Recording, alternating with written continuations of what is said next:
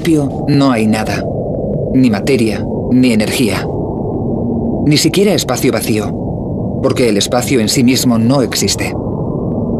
El tiempo no pasa porque no existe.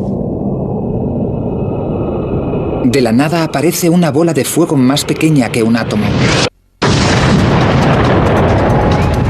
10 billones de veces más caliente que el núcleo del Sol. Lo que se convertirá en el universo explota desde una concentración millones de veces más pequeña que la punta de un alfiler. Comienza el tiempo. En un segundo se traza el borrador de todo el cosmos. ¿Cómo ocurrió? Es el mayor misterio de todos. El profesor Lawrence Krauss ha dedicado su carrera al estudio del primer segundo después del Big Bang. Si queremos entender nuestro lugar en el universo, tenemos que volver al principio absoluto y descubrir cómo ocurrió todo.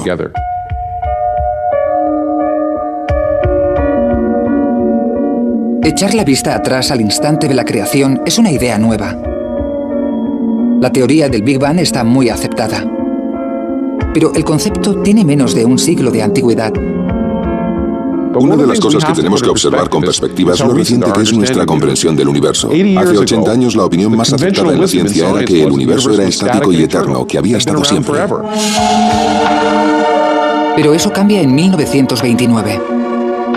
En el observatorio del Monte Wilson, en California, Edwin Hubble estudia la luz de las galaxias.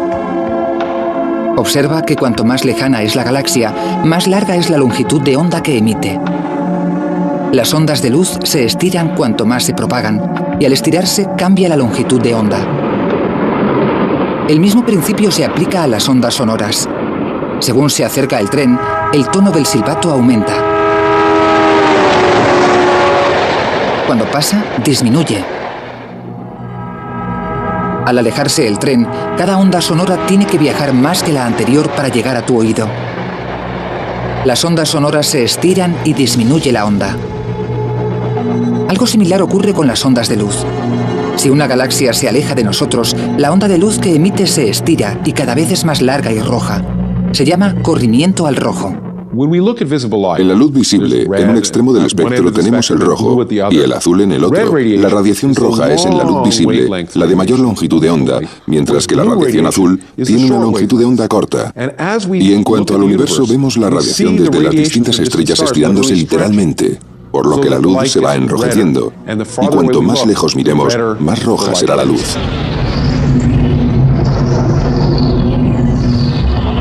Las galaxias que nos rodean han cambiado a esta luz roja. Todas las galaxias lejanas, en todas direcciones, se están alejando de nosotros. Casi todas las galaxias se están alejando a más de 1,5 millones de kilómetros por hora. Si las galaxias se separan velozmente unas de otras, en algún momento deberían haber estado juntas. El universo se expande hacia afuera desde un solo punto. Es la primera prueba de que el universo tuvo un principio. El descubrimiento de Hubble condujo a un concepto radical, la teoría del Big Bang.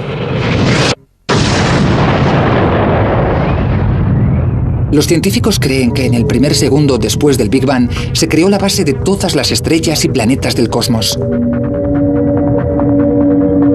Para probarlo, primero necesitan una nueva manera de medir el tiempo. Pensamos en fracciones de tiempo más pequeñas de las que utilizamos en cualquier otra actividad humana y fracciones temporales más pequeñas que una carrera automovilística o un velocista o cualquier otra cosa. Y lo que hemos aprendido es que puede ocurrir de todo, en una fracción de segundo, en un abrir y cerrar de ojos. Es sorprendente.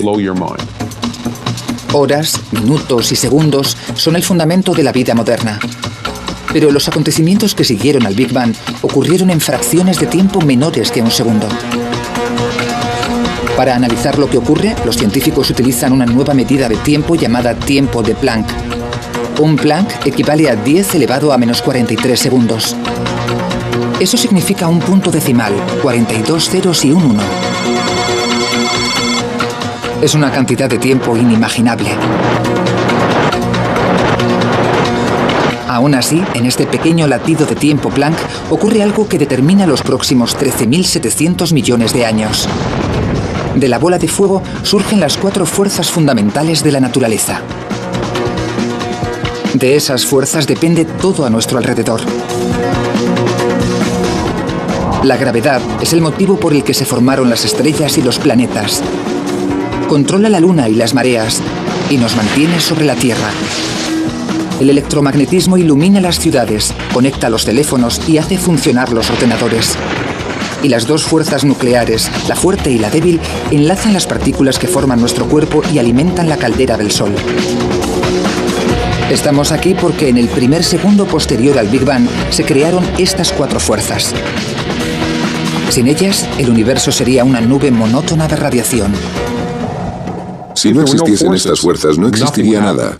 No habría televisión, no habría deportes, no habría amor, ni odio, ni tragedia humana. Todo aquello por lo que merece la pena vivir. Pero en el primer instante de tiempo de Planck, las cuatro fuerzas siguen formando una sola superfuerza. Las fuerzas de la gravedad, la nuclear y la electromagnética aún no se han dividido. El físico Michio Kaku estudia cómo se separaron. Me gusta pensar en ello como un cristal, un precioso cristal simétrico con todas las fuerzas unidas en su elegante simplicidad al principio de los tiempos. Mientras el reloj cósmico marca un instante más de tiempo de Planck, la pequeña bola de fuego del universo se expande. Las cuatro fuerzas comienzan a separarse. Es como si un cristal extremadamente caliente se enfriara de repente, se resquebrajara. Empieza a desgajarse en cuatro trozos. El primero en separarse es la gravedad. Después las fuerzas nucleares se desprenden y finalmente queda una joya fragmentada que es lo que antes era la superfuerza. Los cuatro fragmentos siguen funcionando. La gravedad mantiene la Tierra en órbita. Las fuerzas nucleares hacen brillar al Sol. Y la radiación electromagnética es la luz que baña nuestro planeta. Solo hemos avanzado fracciones de segundo en nuestro viaje y ya se han establecido los cimientos de nuestro mundo. La bola de fuego del universo sigue siendo más pequeña que un átomo y está a 1000 billones de grados. Para descubrir cómo se expande el universo, los científicos utilizan telescopios tan potentes que pueden ver el pasado. Cuando el astrofísico David Spergel mira hacia arriba, ve historia. Cuando miramos al espacio, volvemos atrás en el tiempo. La luz viaja a una velocidad finita, así que la que vemos del Sol tarda unos 8 minutos en llegar hasta aquí. No vemos el Sol tal y como es, sino como era hace 8 minutos. Cuando de noche vemos las estrellas cercanas, podrían estar a 10 o 20 años luz. Las vemos como eran hace 10 o 20 años. Cuanto más lejos podamos ver en el espacio, más cerca estaremos del Big Bang. La luz de las estrellas lejanas tarda miles de millones de años en llegar hasta nosotros. Se estiran tanto en el trayecto que se convierten en ondas electromagnéticas. Para ver esta luz tan antigua es necesario utilizar radiotelescopios.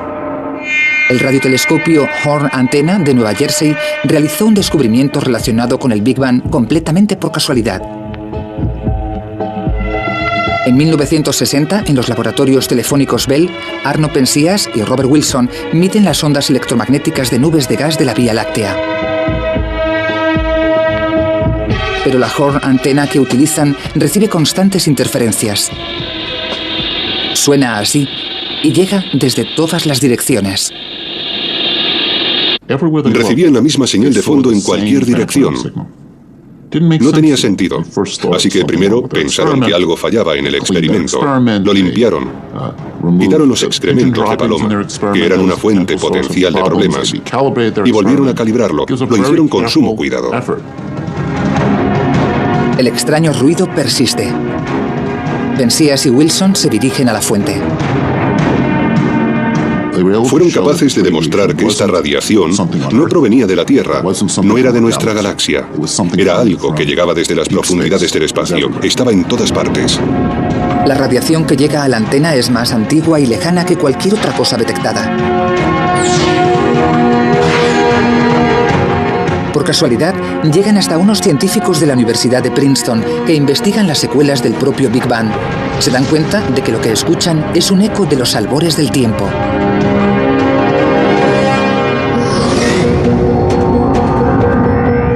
El Big Bang fue tan potente y tan caliente que aún quedan vestigios de ese calor. El calor comenzó como una radiación de rayos X extremadamente caliente. Al estirarse y enfriarse, se convirtió en luz visible, cambiando de azul a rojo, convirtiéndose en microondas y finalmente en ondas electromagnéticas. La radiación apenas perceptible se dirige constantemente a la Tierra. Se llama radiación de fondo de microondas cósmicas o CMB. La radiación de fondo de microondas cósmicas es el eco de la propia creación, las brasas, los rescoldos de la onda de choque original que creó el universo.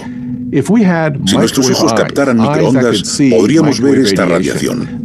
Y cada noche contemplaríamos el Big Bang. Mirando al cielo veríamos una explosión. Más de 13.000 millones de años después, hay una manera de observar este brillo cósmico a simple vista. Enciende la televisión, no sintonices ningún canal. Un porcentaje de la electricidad estática que se ve en la pantalla es radiación del Big Bang. Esta radiación cósmica está relacionada directamente con el Big Bang. También revela que el universo entró en una nueva fase.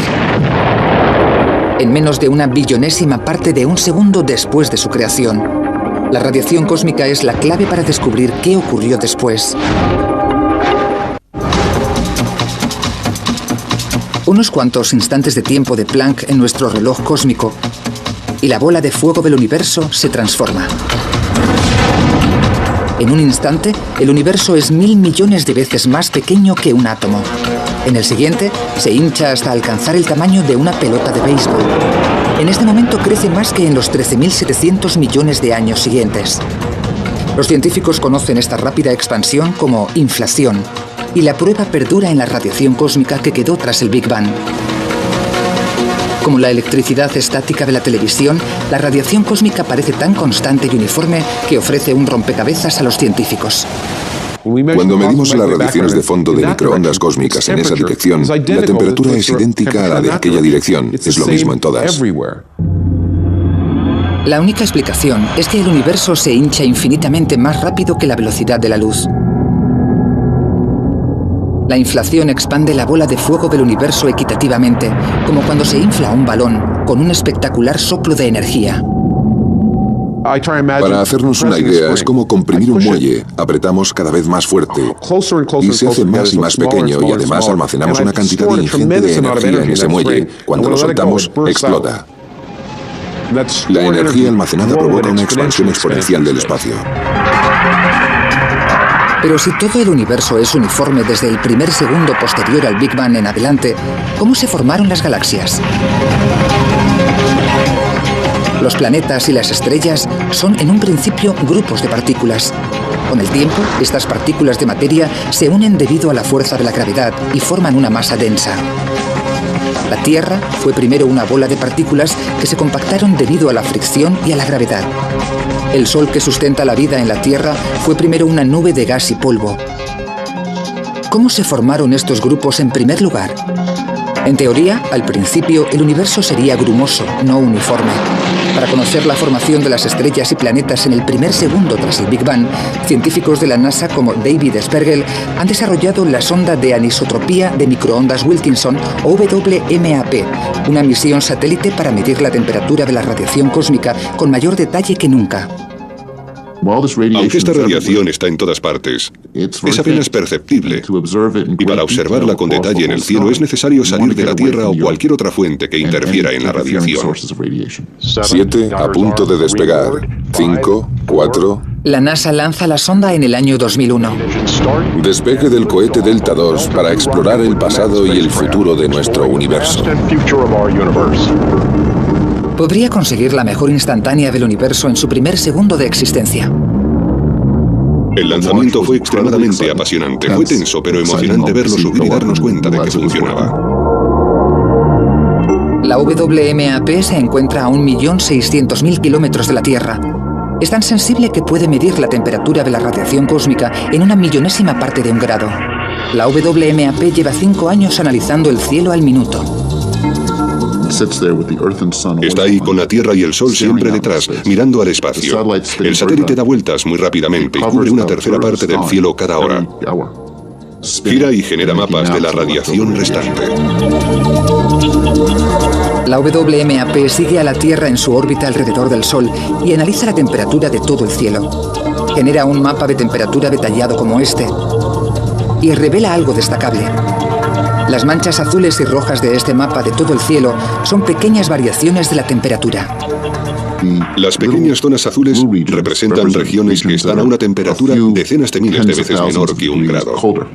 Las regiones rojas están un poco más calientes, así que estáis viendo las pequeñas variaciones térmicas en el cielo. La WMAP se remonta a 13.000 millones de años. Al evolucionar el universo, estas pequeñas ondas se convierten en grupos de partículas que aumentan cada vez más debido a la fuerza de la gravedad, haciéndose lo bastante densos como para desencadenar estrellas y galaxias. Este mapa muestra cómo era el universo el primer segundo después del Big Bang, la plantilla del enorme cosmos actual. Cuando la primera radiación de fondo de microondas cósmicas se hizo pública, la prensa dijo: ¡oh, la cara de Dios! Bueno, seamos realistas, no es la cara de Dios. Lo que es en realidad es la foto de un bebé, de cuando el universo era bebé. Por tanto, el descubrimiento de las radiaciones de fondo de microondas cósmicas figura como uno de los grandes descubrimientos de la ciencia.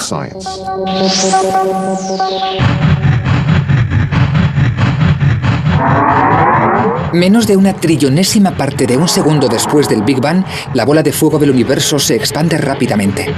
Es un globo ultracaliente que cabría en la palma de la mano. El universo bulle de energía y radiación. Pero al expandirse y enfriarse el universo del tamaño de la palma de una mano, se empieza a formar algo nuevo.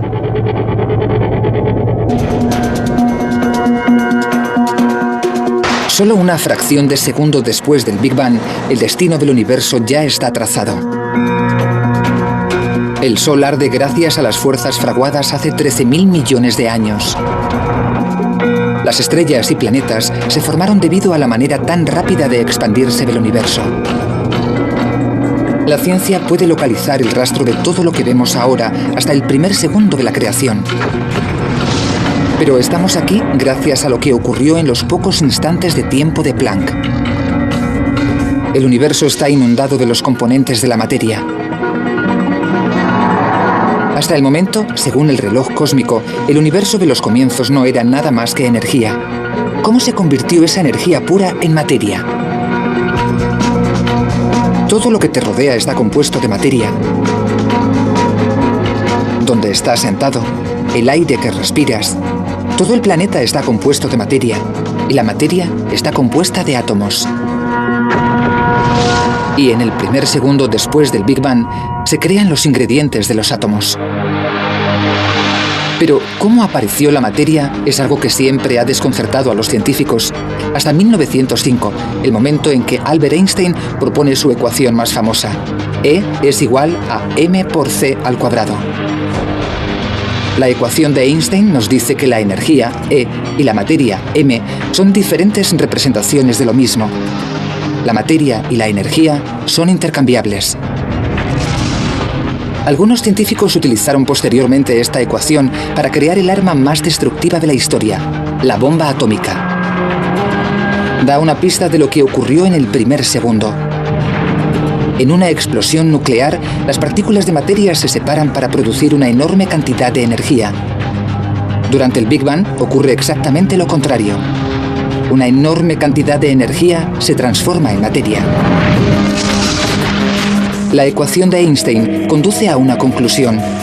Mientras el universo bebé se expande y enfría, la energía pura del Big Bang se convierte en las partículas de materia que nos conforman.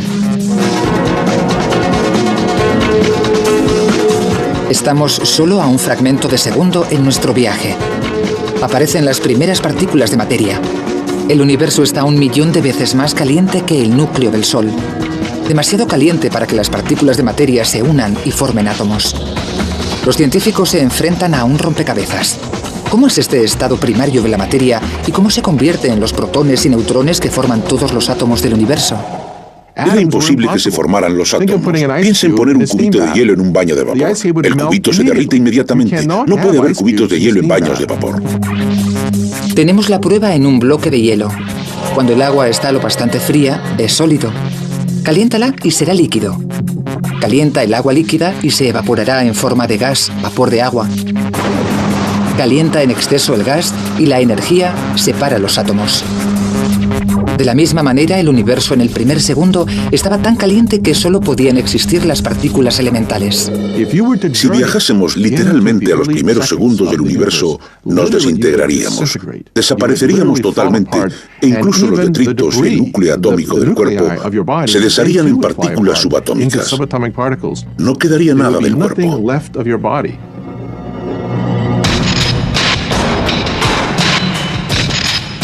Solo hay una manera de ver los elementos que dieron lugar a la materia en el primer segundo posterior al Big Bang.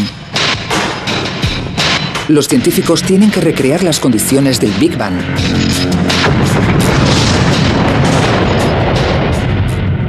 Se estima que el interior de una estrella está a decenas de millones de grados, pero durante el Big Bang se calcula que la temperatura era de billones de grados. Por tanto, no hay manera de simular la creación si no es con un acelerador de partículas. Chocando protones entre sí podemos generar temperaturas que no se han dado desde el comienzo mismo del universo. Por tanto, los aceleradores de partículas son el único instrumento para poder simular la génesis.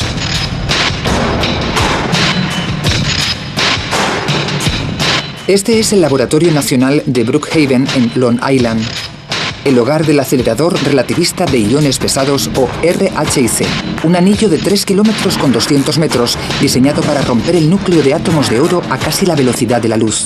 Con el acelerador de partículas hacemos chocar las partículas subatómicas.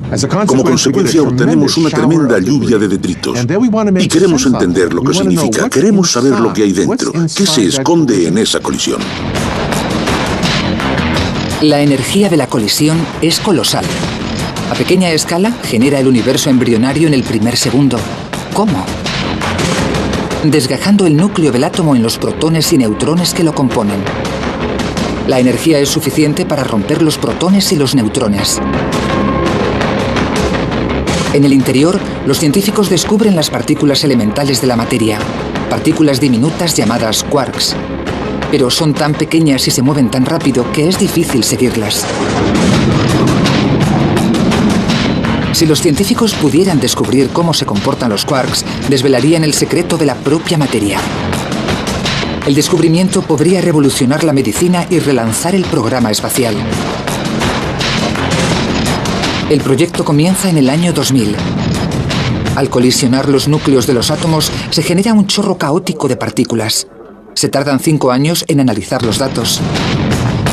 Los resultados llegan en 2005. Son impactantes. Al hacer chocar los núcleos de átomos de oro entre sí, esperábamos encontrar un gas. La sorpresa fue que no era un gas. Lo que encontramos era más bien líquido. Impactó bastante porque ahora, cuando empecemos a simular el universo en sus comienzos, tenemos que deshacernos de la imagen mental de partículas subatómicas de gas. Sabemos que es más como un líquido, literalmente como una sopa. Cuando aparece la materia por primera vez en el universo, los quarks son tan densos y están tan electrizados que todo el universo es como un líquido.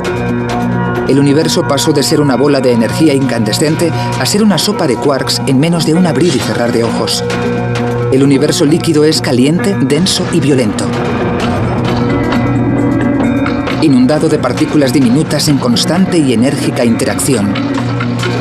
Cuando el reloj cósmico marca una millonésima parte de un segundo, el universo continúa expandiéndose y enfriándose. Crece del tamaño de una pelota de béisbol al de nuestro sistema solar.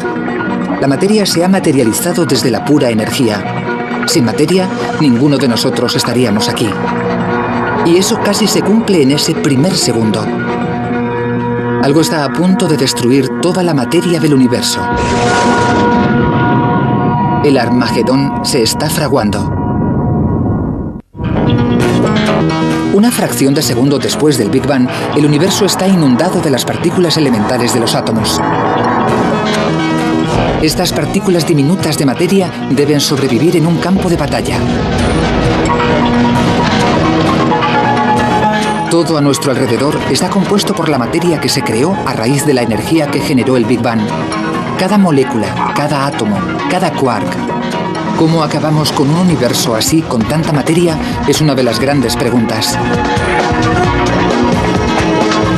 El acelerador de partículas podría revelar la respuesta.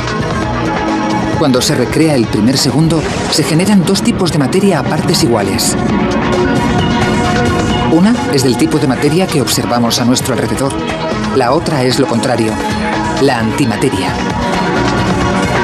La doctora Tara Shears explica qué son las dos caras de la misma moneda.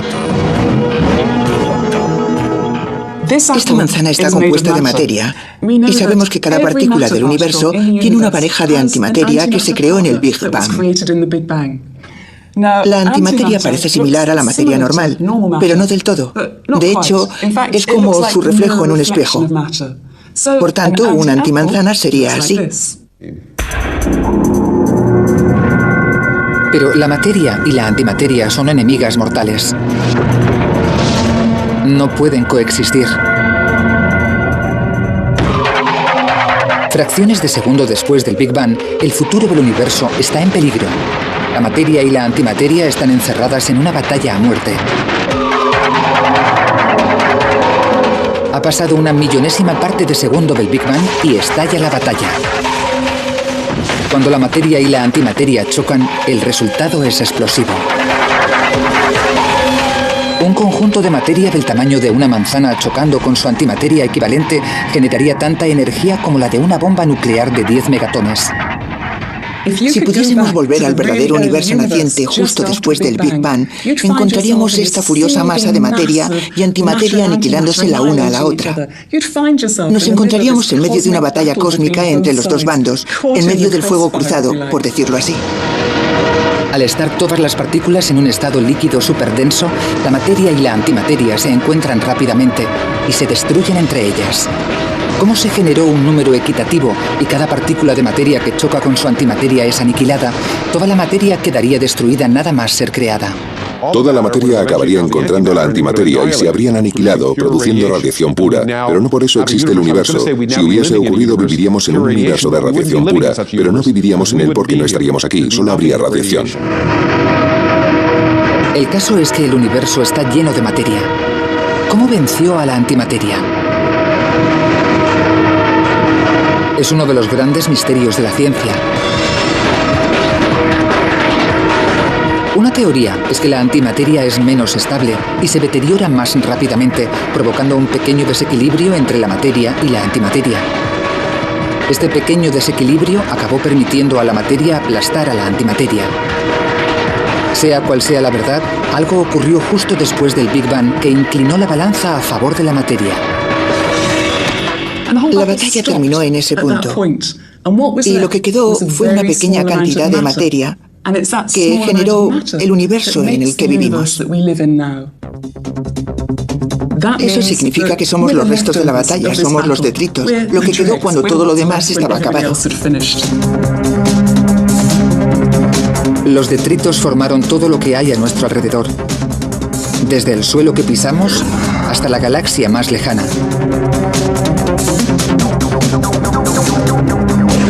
Cuando el reloj cósmico se acerca al final del primer segundo, las cuatro fuerzas de la naturaleza se han desgajado de la superfuerza única.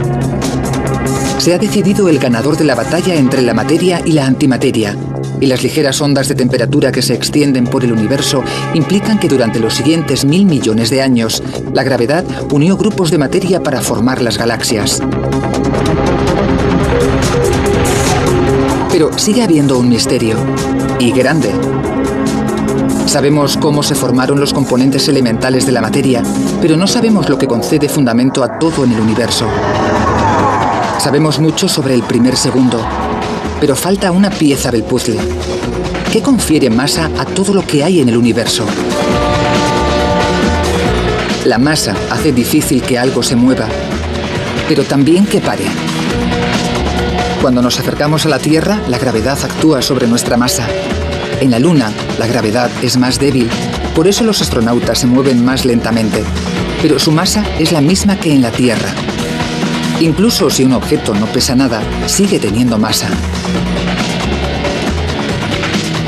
Algo debió de haberse creado en el primer segundo para conceder masa a las partículas, pero los científicos no lo han descubierto. La masa es la verdadera columna vertebral de la vida. Si no hubiera masa, el universo solo estaría compuesto de radiación y nada se uniría para formar objetos como tú o yo, o las cosas que hacen interesante el universo. Sería un universo difuso, lleno de radiación, pero muy aburrido. Si descubriésemos cómo apareció la masa en el primer segundo, descubriríamos el origen de la vida. Mientras los científicos no descubran qué confiere la masa a las partículas, el primer segundo seguirá siendo un enigma. Nuestro viaje casi ha acabado, pero falta una pieza del puzzle que ha confundido durante décadas a los científicos. En 1964, en la Universidad de Edimburgo, el físico Peter Higgs propuso una teoría revolucionaria. Sugiere que un campo de fuerza invisible se extiende por el universo en el primer segundo, dando masa a las partículas. Se conoce como el campo de Higgs. Cuando las partículas se relacionan con él, adquieren masa. Por ejemplo, si empujamos un coche que se ha quedado sin gasolina en la carretera, puedo conseguir moverlo y que avance, pero si estuviéramos en el barro, pesaría mucho más. No podríamos empujar tanto, actuaría como si fuese más pesado. Pues bien, pensamos que las partículas tienen masa por una razón similar.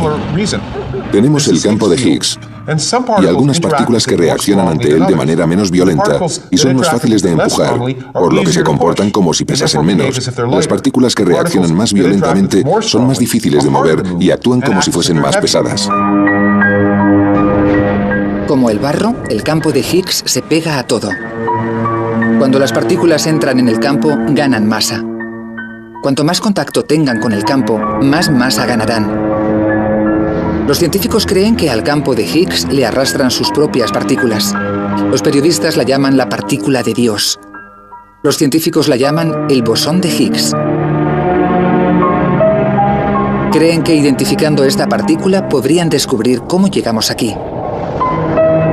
Las matemáticas son buenas, pero ningún acelerador de partículas ha sido lo bastante potente como para encontrar el bosón de Higgs, hasta ahora.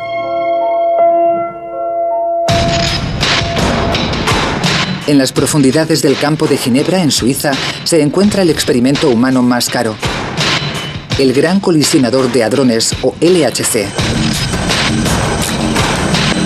El acelerador de partículas más grande del mundo y la mayor oportunidad para encontrar el Higgs perdido. Tenemos que ver si la partícula Higgs existe realmente y por eso construimos aceleradores tan mastodónticos, para ver si podemos entender el mecanismo responsable de la existencia de todo lo que consideramos sólido y pesado actualmente en el universo. Ha costado $10.000 millones. Se ha tardado 14 años en construir y 7.000 científicos se han involucrado en su construcción. Este año se activa. A pequeña escala, recreará condiciones que existieron por última vez hace 13.700 millones de años. Una explosión tan potente que recordará al propio Big Bang. Si funciona, científicos como David Evans podrían resolver el último misterio de la materia. Como traspasamos los límites de la ciencia, también tenemos que traspasar las fronteras de la tecnología. Es probablemente la máquina más grande del mundo y sin duda la máquina más compleja del mundo. A más de 91 metros bajo tierra discurre un conducto circular de 26 kilómetros. Dentro, dos haces de protones más finos que un pelo humano se aceleran a casi la velocidad de la luz, 299.000 kilómetros por segundo. El LHC hará que las partículas choquen entre sí con una violencia 9 veces mayor que cualquier otro acelerador. 300 billones de protones volarán por el conducto en distintas direcciones y colisionarán en el corazón de 4 inmensos detectores. Lawrence Krauss inspecciona uno de estos detectores, cada uno del tamaño de un edificio de 5 plantas. Estamos aquí en lo que se ha descrito acertadamente como una de las catedrales góticas del siglo XXI. Una gigantesca estructura compuesta por miles de toneladas de acero, más hierro que la Torre Eiffel, y decenas de miles de kilómetros de cableado.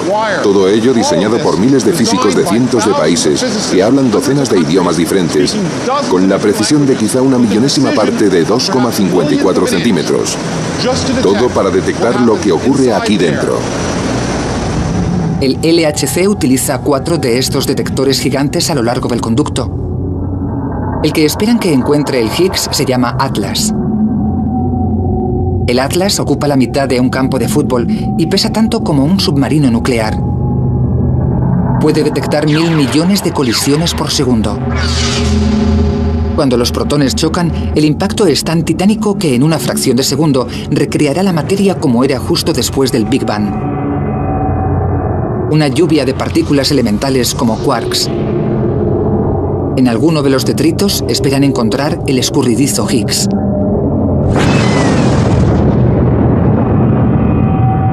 Pero encontrar una partícula en esta tormenta es como encontrar una mota de oro en una playa.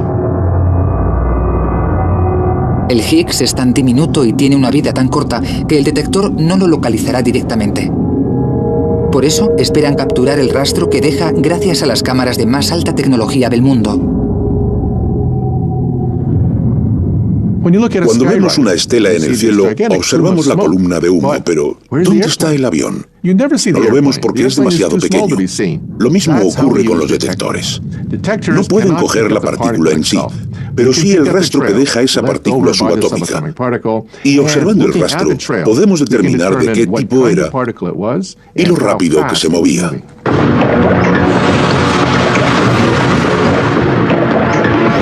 El LHC nos proporcionará más información que cualquier otro instrumento del planeta. En un solo segundo, la cantidad de información que sale de las colisiones en el LHC y que manejarán estos detectores será mayor que la información contenida en todas las bibliotecas de todos los países del mundo. Esa información puede contener el secreto de la masa, la pieza que nos falta por conocer del primer segundo del universo y la puerta de acceso a la ciencia del futuro. Para procesar toda esta información, el LHC utiliza la mayor red de superordenadores del mundo. Aún así, la investigación podría tardar años, pero la espera merece la pena.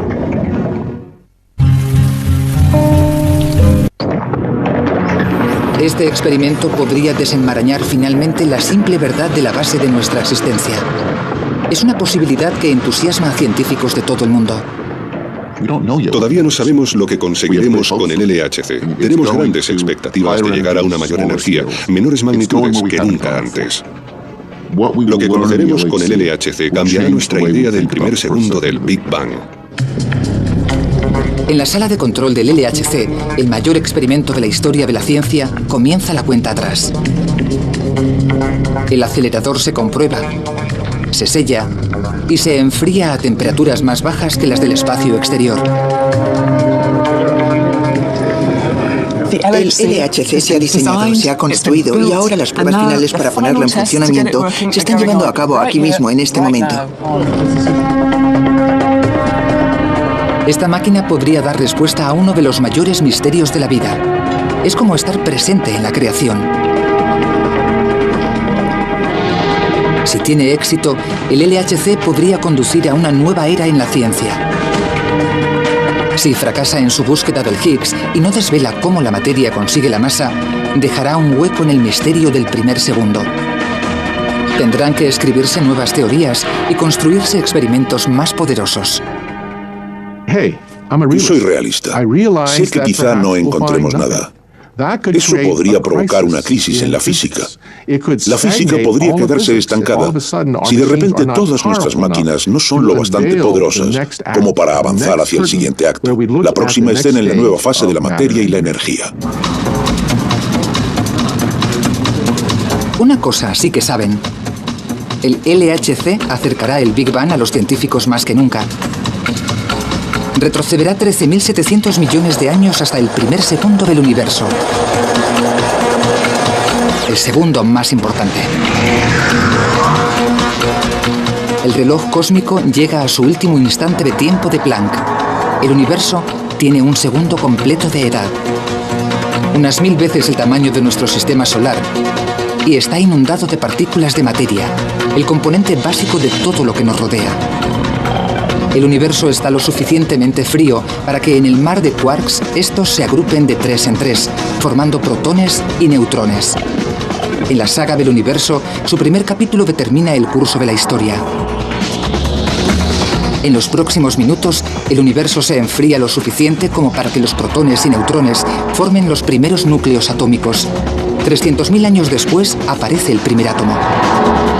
En cientos de millones de años, la materia se acumula para formar las primeras estrellas.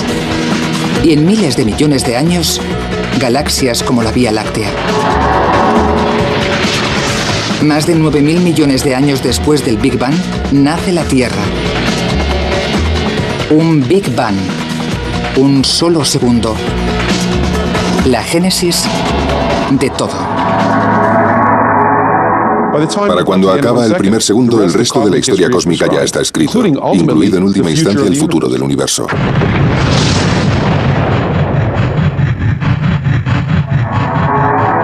Más de 12.000 millones de años después del Big Bang, evolucionan los humanos. Una especie con la capacidad intelectual de preguntarse ¿cómo hemos llegado aquí y de qué está compuesto el universo? Este año, la ciencia está más cerca que nunca de descubrir la respuesta. Y el secreto yace en el primer segundo épico.